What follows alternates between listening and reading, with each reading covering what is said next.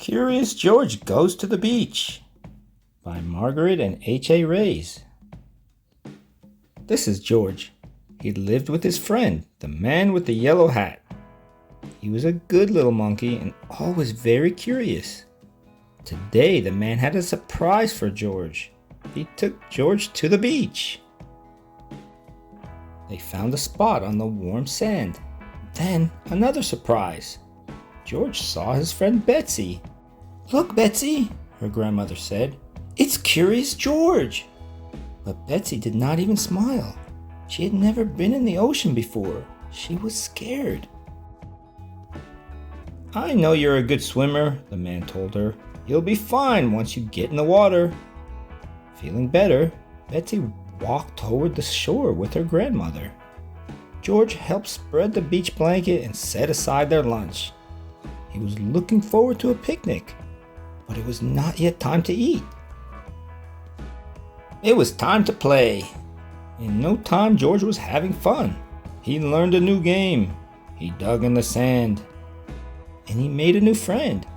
Monkeys are good at making friends. When he took a break, George watched the lifeguard. The lifeguard sat in a special chair. Sometimes he blew a whistle. And sometimes he looked through binoculars. It looked like fun to be a lifeguard. George was curious. Could he be a lifeguard? Before long, the lifeguard took a break. Here was George's chance. Watching the crowd from up in the special chair, George felt just like a lifeguard. He looked through the binoculars.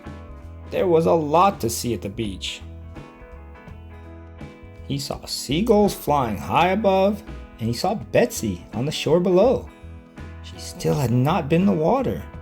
Then the lifeguard saw George. "Hey!" he yelled. "That's no place for a monkey." George thought it was a fine place for a monkey, but he did not want to cause trouble, so he climbed down. Back at the beach blanket, George was hungry for a snack. No one would miss just one cracker, thought George.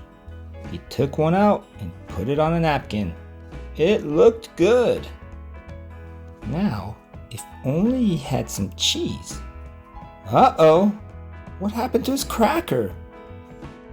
Well, he would just have to get a new one.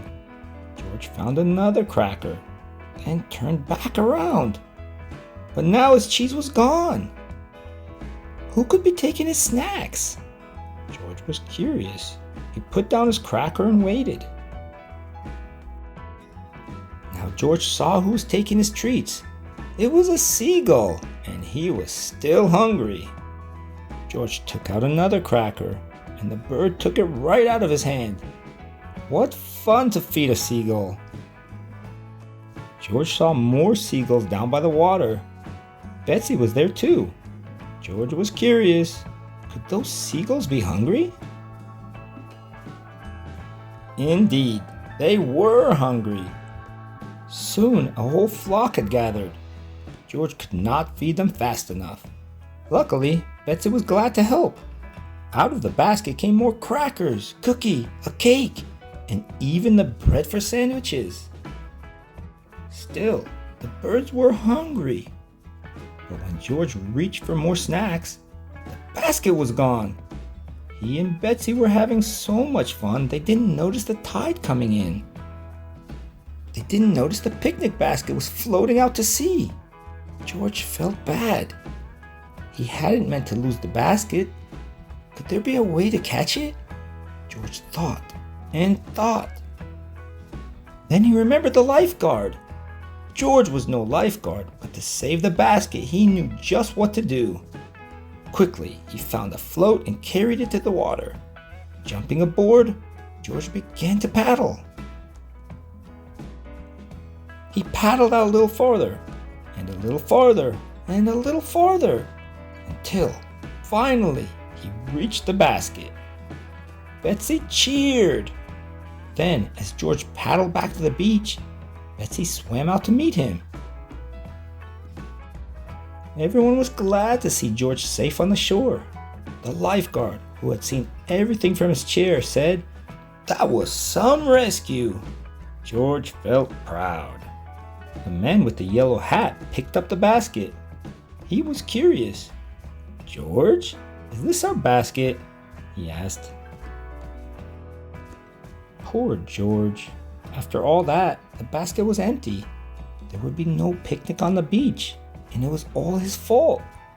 Then Betsy's grandmother said, "Won't you join us for lunch? We have plenty. And look, now we have a reason to celebrate, thanks to George." They did have a reason to celebrate. Betsy was in the water, and she wasn't scared anymore. She was having fun. Everyone joined Betsy and George for a swim. It was time to eat at last. There were sandwiches and chips, bananas, cookies, and watermelon. There was plenty for everyone, and there was even a little for guests. The end.